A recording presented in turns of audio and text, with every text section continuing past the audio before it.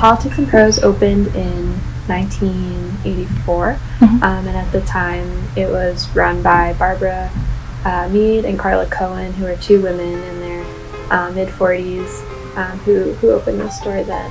It was always a community bookstore. It used to be located across the street, and when they moved over to this side, actually, a lot of the customers and community members helped move all the books across the street, so it was sort of that much of a community hub even at that point. And so we currently have a staff of almost 120 people. We do events pretty much every day throughout the year. And we also opened 2 new locations this year in the Wharf and Union Market. So now we're sort of in every corner of DC as well. I think one thing that sets us apart is our booksellers. Most independent bookstores, and definitely Politics and Prose, are staffed by really thoughtful, passionate booksellers who get to know our regulars, who help anyone who walks through the door. So I think that's definitely one thing that might set us apart, especially from Amazon and online sales. I think another piece of our model that has helped us, stay so relevant in DC is our programming.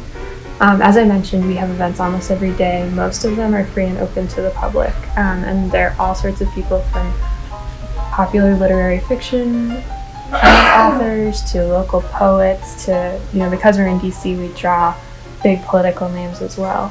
We actually had Stormy Daniels in the store last night, so yeah, it's just a huge range of names that come to the store, and they all bring in different people, and it's always been a community hub as well. So it's the kind of place where people come in and feel better.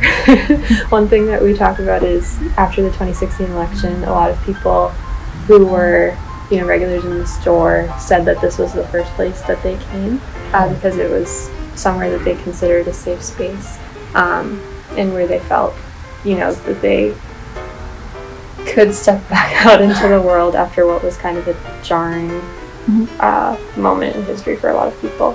My mom is from that neighborhood, and so I think the store opened after she went to college and stuff, but my grandmother still lives around there, and so I would go to the store even before I went to Georgetown. Both the Wharf and Union Market were neighborhoods that were experiencing kind of the growth of business districts, and our perspective is that every neighborhood should have a bookstore. It's just a good addition to any neighborhood.